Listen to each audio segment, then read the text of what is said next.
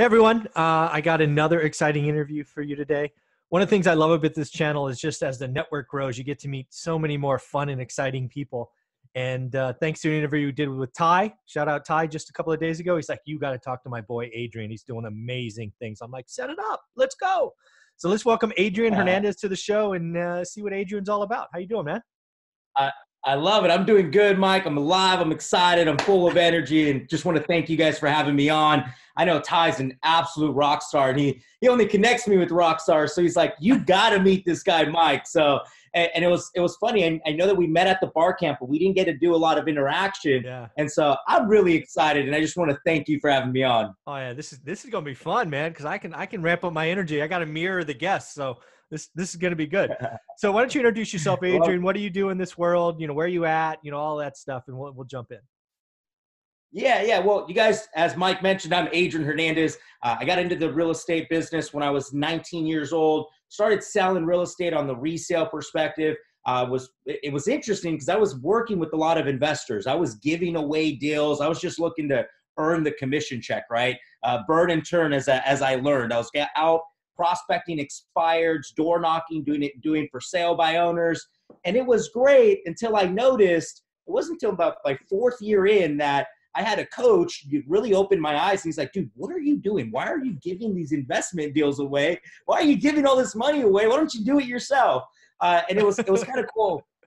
It was cool how it happened because it was an expired listing.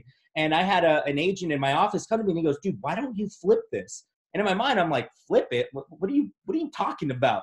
Like, I didn't even think I can do it. And so we ended up partnering up, did my first flip, and it was very cool how it all happened afterwards and how all the pieces went together. And we'll talk about that. But yeah, that's how I got started. Well, I always like to put it in a time frame because I've been doing this real estate game for a while. So when you were 19, what year was that? Was that like, I don't know, when was that? Was that like 2006? No, actually, so I'm 29. So okay. that was 2009. 2012. 2012. Okay. All right. No, I'm sorry. Yeah. No, 2010 roughly is when I got in. Right. And that's when it all started to unfold. 2012 is when I actually started getting going. 2013 is when things started to ramp up. So first off, good timing, right? You're near the bottom. We might have been just coming out of the bottom. So good timing. So you're fortunate there. That's awesome. Let's break. So first off, let's actually step back because I talk to a lot of both real estate agents and then investors that think they need to get their license. So let's talk about being an agent first, because I know a lot of great agents in Fresno. They get access to deals early. You know, what is the mind shift from the churn and burn that you were doing for 4 years to, hey, let's JV on a flip and take your profit on the back end?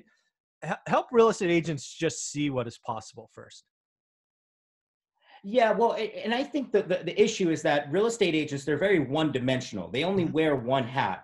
And I don't say a lot of the times, 99% of the time, it's how do I get paid today? Yeah. We're not looking at the long-term wealth that real estate investing can create, or not even just the long-term wealth, but the different hats that you can wear and the different ways that you can go into a listing presentation or going into a client conversation.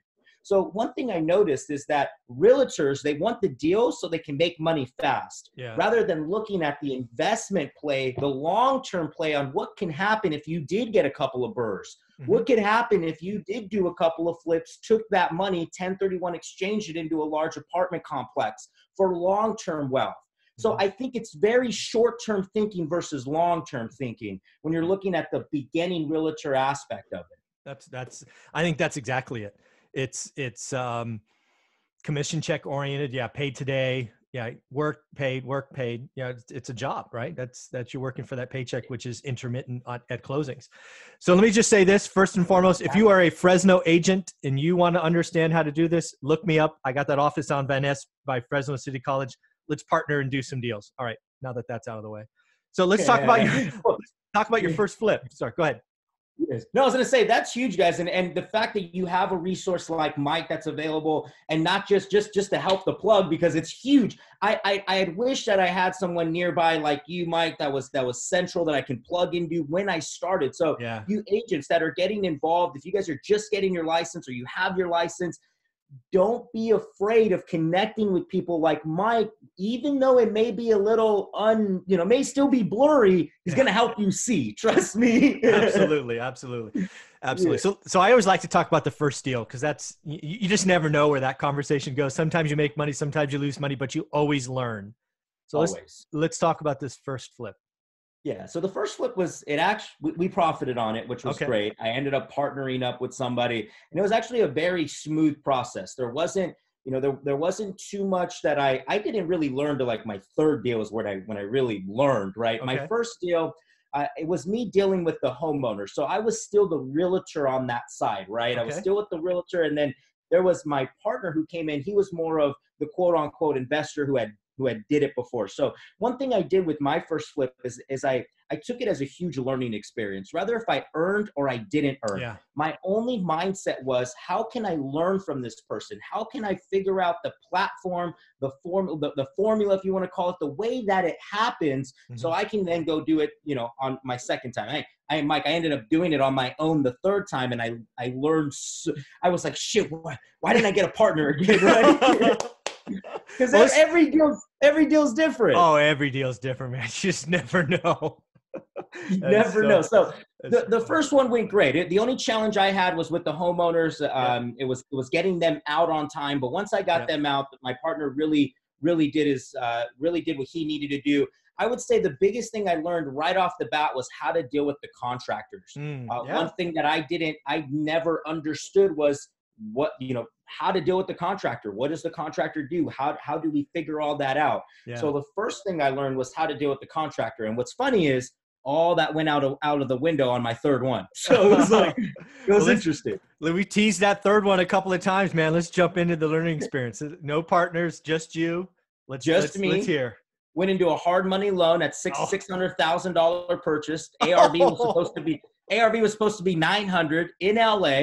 I had no idea what I was doing. I didn't even know that it was interesting, right? It was very interesting. I got involved, purchased the property. Little that we know, we had major foundation issues in the back.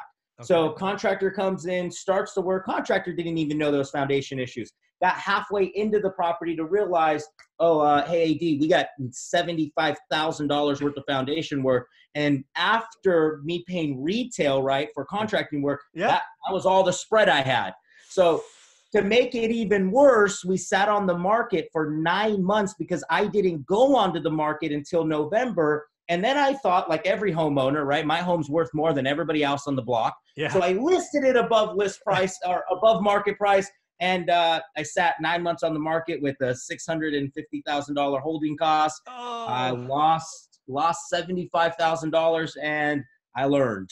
Well, sometimes touching the hot stove is a great lesson, right?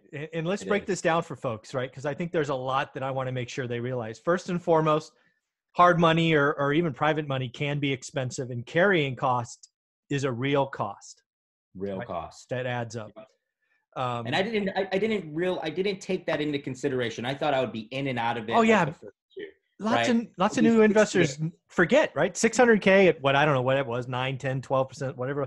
That's like real money when you start chunking month after month after month, right? That's like real cash. So let's talk about that, because I didn't even know. I get into it, right? And they're like, yeah, it's 3 points in the front and 11%. I'm like, I'm thinking that's a great deal. I'm thinking I'm getting hooked up until I start talking to other investors, and they're like, dude, do you know?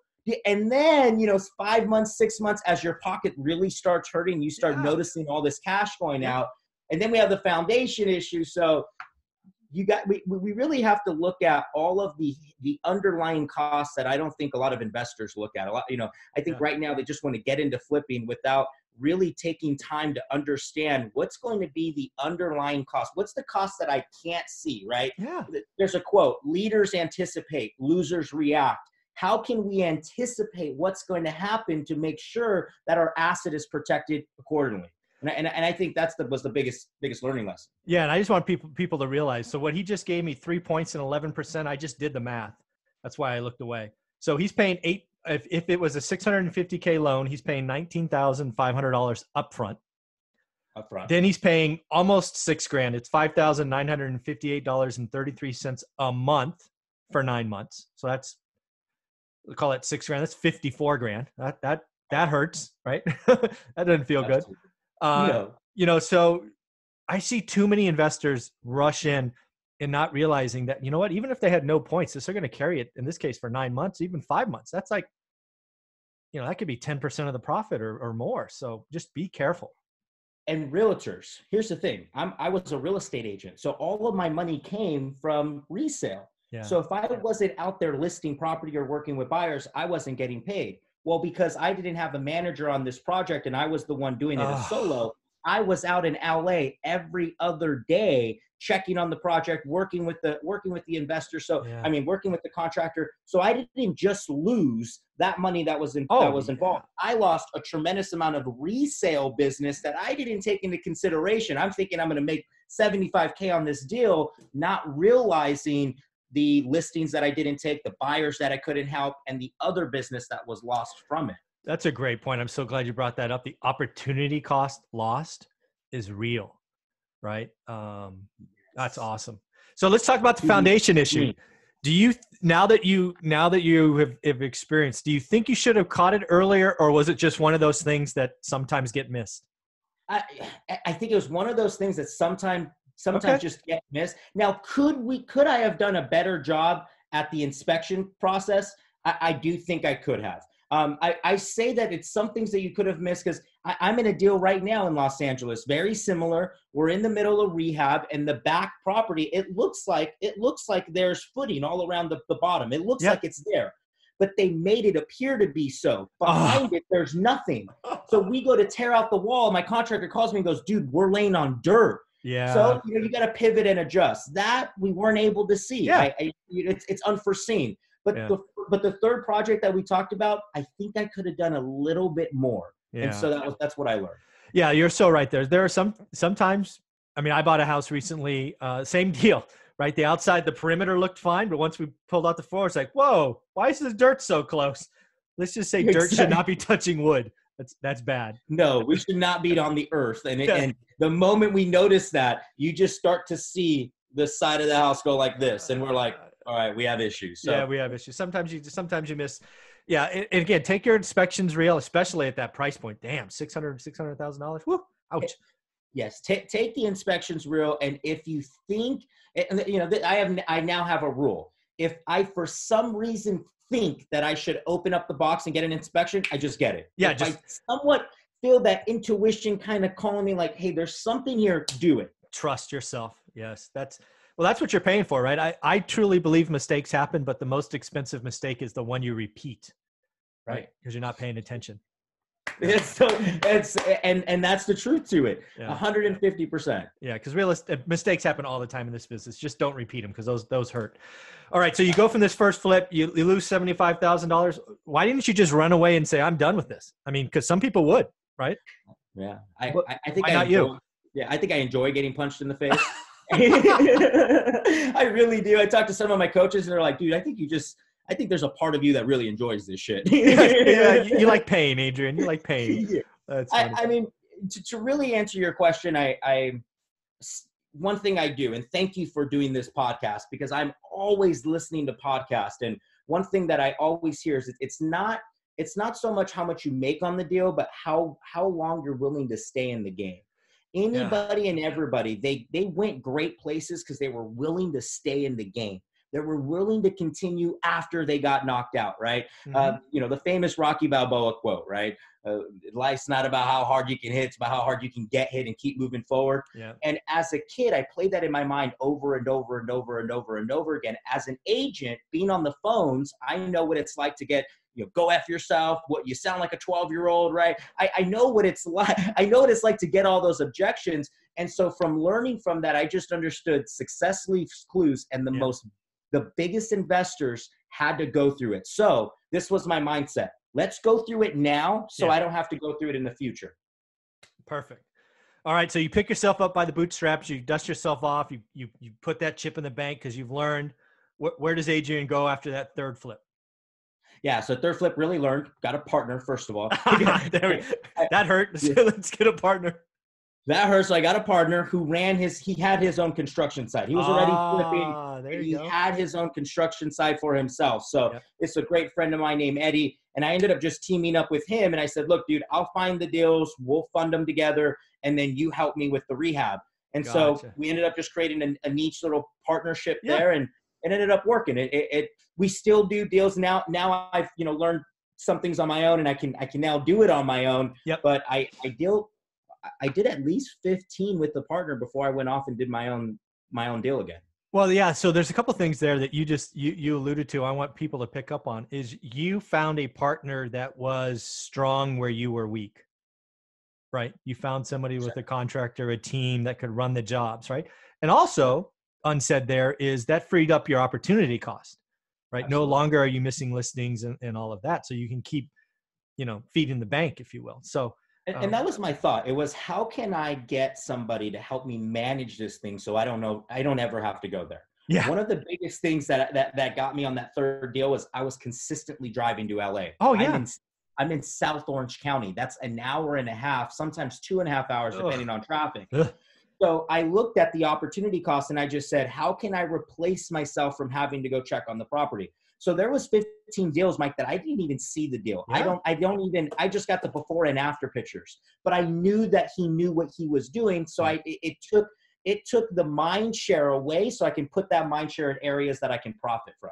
And again, he had a partner that did stuff that he was not good at, right? Finding the deals, talking to sellers. It seems like frankly, a perfect match. You almost couldn't have designed it any better. I'm talking about yin and yang. And that's where I think a lot of people make the mistake. We think we can do it all. We think that we can go and do all of this on our own by ourselves. And we're wrong when we think. The moment someone tells me that, I know that there's a kink in their armor. Because to think that I can go build this entire business on my own, I'm delusional. We need people that have different asset blocks in their based on what they're good at that you're not good at. Oh yeah. And I learned this in business mastery. There are 3 different type of individuals, 3 different type of leaders. You have the entrepreneur, you have the artist, and you have the manager. If we can find all 3, right? The entrepreneur, the artist, and the manager. If we can find all 3, we'll have a rock star business. Oh yeah. A lot of us think that we can do all 3. An entrepreneur is not an artist. No. An artist is not a manager. No chance. That is awesome. The other thing I want to highlight there is you got out of your comfort zone, because I know a lot of people look to partner for risk management, but then they, like, as an agent, they would stay in their office. 2 agents partnering together? Really? You're kind of both on the front end of the process. That's probably not the best idea, right? Yeah. And then you share the responsibility. Yeah. Yeah. Get out. And then you still have that big gap, right? You're still missing the people to manage projects. And so get out of your comfort zone, get out of your office, grow your network, meet some more people. You'll be a lot better off.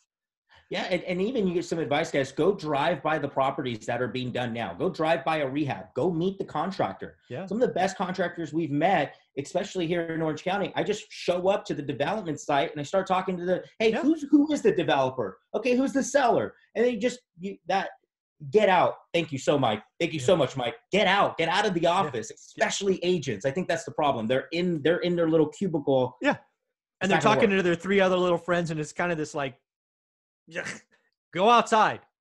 Money's made outside. Go there. It's funny. That is awesome. All right. So now you've done the 15, you partner, so what does the business look like today? Because you've grown, you're in multiple states. Why don't you frame up what your business looks like today, Adrian? Yeah. So now it's half wholesale, half flipping. I still do the resale end, right? I can't get rid of that. That's something that I'll continuously do. Yep. It's we're opening our own brokerage. So I'm starting to do that. Yeah. And so I had a previous brokerage. We're now shifting over. I want to go more. I want to be able to teach the investment side. So that's the reason for that. But we're doing half wholesale, half flipping. And we're in 5 different states right now. We're in California, Texas, Arizona, Ohio, and Texas, Arizona, Ohio, I'm missing one of them. Oh, in Indianapolis. And so now what we're doing is we're trying to, and I think that's a city, by the way. That's a city. Yeah. It's like, when did that become a state? But I got you. Sorry. That's okay. My apologies there. We just went into that area. My partner. So let's talk about partnerships. Yeah. I have a partner now, and his only job is to run the wholesale side.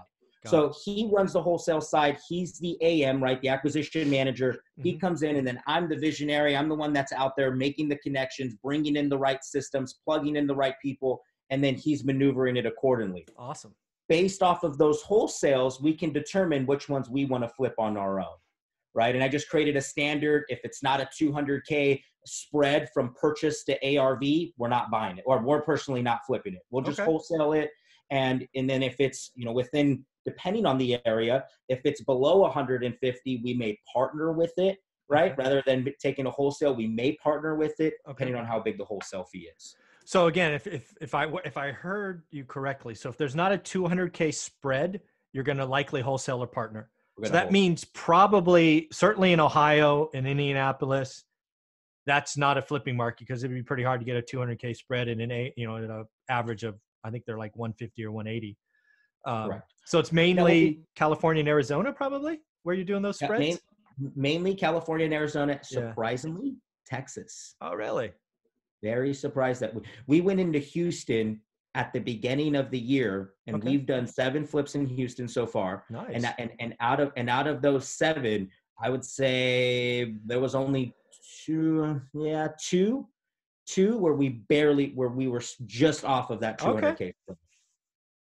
Well, there you go. You heard it here. Texas is a great market to flip. I had no idea. There we go. Yeah. Now you got to be careful, right? You got to be careful on where you're at in Texas, but that's worked for us, right? Not to say that. And then I know guys in Ohio where they did find a purchase of 40K and their resales 500.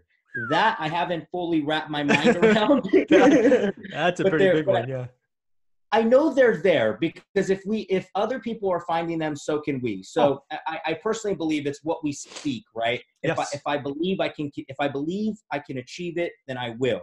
Yes. And that's all it really comes down to. I personally believe we attract $200,000 profit deals in all markets. Awesome. I love that. So I got to ask, how do you manage? Do you have employees, 1099s? How do you manage a complex organization like that? Yeah. Oh, I'm gonna sneeze. Sorry. Go ahead. Bless you in advance. Thank you. No, good. Well, Nick mainly handles the management side of it. And then what we did is we partnered up with top agents in those areas. So I didn't go to real estate investors. What I did is I went to top agents that had a reputation and they had something to lose if something went wrong. Got it. Another learning lesson I did is I teamed up with an investor who didn't have a big name behind them, and it's very easy for them to vanish. They don't have a reputation. If they go somewhere, I can never find them. So because that happened, and that happened in Arizona, I started to understand that. And so now we don't have anybody manage or help us manage unless they're an agent that at least sells 50 deals or more.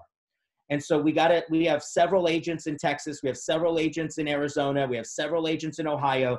And we just say, hey, look, guys, we'll give you all of our resale business. We'll give you all of our listings. We just need help. We need help with finding contractors. We need help with managing property. We need help with checking on the property. And then there's times where we'll send them cash for helping us out in advance, but they know they're getting their listing. And I'll even sign the listing in advance. Here you go. Here's your security. Now help me help you. Oh, that is awesome. I'm just taking some notes. That's a great idea. All right. So that's pretty cool. So as you were heading into 2019, so think Christmas of 18, so almost a year ago, what was your vision for 19? I'm just curious where your mind was at, right? Sounds like you were in at least 3 states by then, and then you grew that, but like volume wise, because these spreads, it's really impressive what I think you and Nick are doing. So it's pretty cool.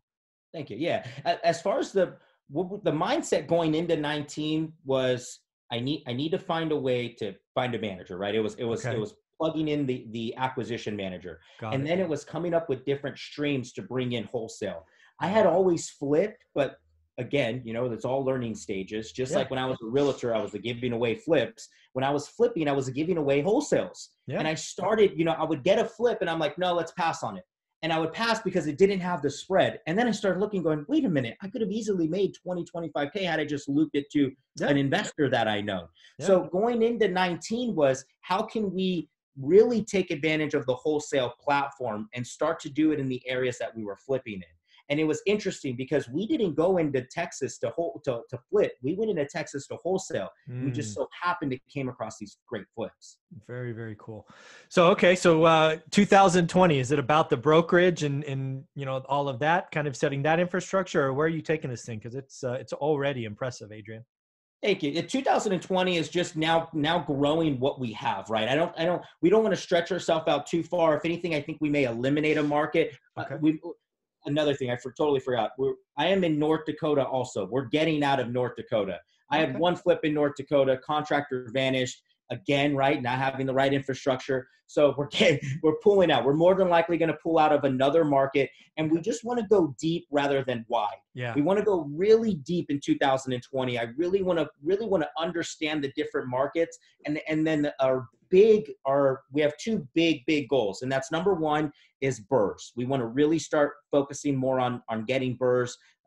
For those of you who knows what the BRRRR is, the buy it, rehab it, refinance it, rent it, and repeat it. Yep. So we're looking more in getting personal holdings. That's what we're focused on. And then growing the brokerage, but not growing the brokerage we want real estate agents, but I want real estate agents who want to know also how to do investments, how to work with investors, how to wear different hats. And what I think that would do, Mike, is I think that will open myself up to connecting with other people through those agents, other investors, other contractors, other people from their network, which I'm not going to go take advantage of those people. What I'm saying is the fact that we know them, the fact that they're not bird dogs, or they're out there looking at different markets that we're not looking at. So deep is the question.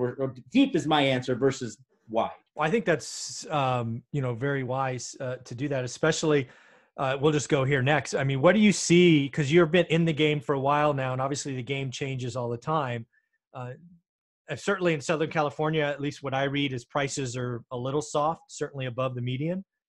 Do you see that SoCal only? Do you see that in other states? What's your feeling for the general real estate market as we sit here at the end of 19? Yeah, I see, especially California, we're going into our fourth quarter. We're going to soften a little bit. I think as long as interest rates stay where they need to be, we'll be okay. In the sense that they happen to drop, we may or may not see a change in the market. What I am seeing, though, is that this trend is not just in California. It's just about all over the place. And that's the reason for my 200K spread. Yeah. In the case that anything happens, right, the market shifts in any way, shape, or form, I want to have that spread there just to protect us. Awesome. I don't think I'm looking at my crystal ball right now. I don't think that we're going to have a market correction. No. I don't think that's going to, a lot of people are talking about that. I don't see any major indicators from that. Yeah. What I do see is perhaps a slowdown in how fast properties were selling. We were already in a normal market. I think we're going to go into a more normal market where days on market are going to be a little bit longer. A lot of the things is also the remodels. We have to be able to fit the new trends that are out there. I think there's going to be some new trends that are going to be set in place. Good point. And so paying attention to that, as to answer your question, I don't think the market's going to go anywhere. I think it's just going to get a little bit more challenging for people who don't know what they're doing. Very, very. I couldn't agree more. I think days on market's going up without question. I think, I don't know what you call it, percentage of price drops is going to go up. You're no longer going to have every house has a bidding war. I mean, it's going to slow down. That does not mean a correction. No. And we're seeing it. I mean, you're in the Bay Area. The Bay Area. The Bay Area has drastically seen it. Oh, no question. Yeah, you guys experienced it before we did. And then now that we're starting to experience it, I'm noticing other markets are starting to experience it. So when you look at the overall absorption rate of certain areas, they're dropping dramatically because of the huge spike in listings and the fact that everybody is still trying to shoot for this major premium and they're not getting them. Yeah. I have a listing right now. I had to do a $25,000 price reduction 1 week onto the market. Oh, Why? Because we had a neighbor right next door who came onto the market, didn't sell in 60 days and slashed their price by 75K. yeah. So we're starting to see that. As long as we can anticipate it and adjust accordingly, as long as we have the spread in the deal to protect us, we're going to be okay. That I couldn't agree more. So Adrian, you're a wealth of knowledge and experience. People need to be following you. How do they do that? What's the best way to follow Adrian and what you're doing? Yeah, guys, I'm big on Instagram. Just type in Adrian Hernandez. Adrian Hernandez on Instagram, then YouTube, type in Adrian Hernandez also. Not too much on Facebook, but mainly YouTube. You guys can see I did a vlog for Ohio. We were out there looking at a complex. So you can get a little bit more of a background feel of who we are. Awesome. Mainly Instagram.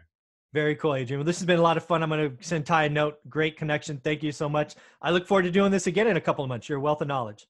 I'm super excited, man. Thank you so much for having me on, and I appreciate it. You got it, brother. Take care.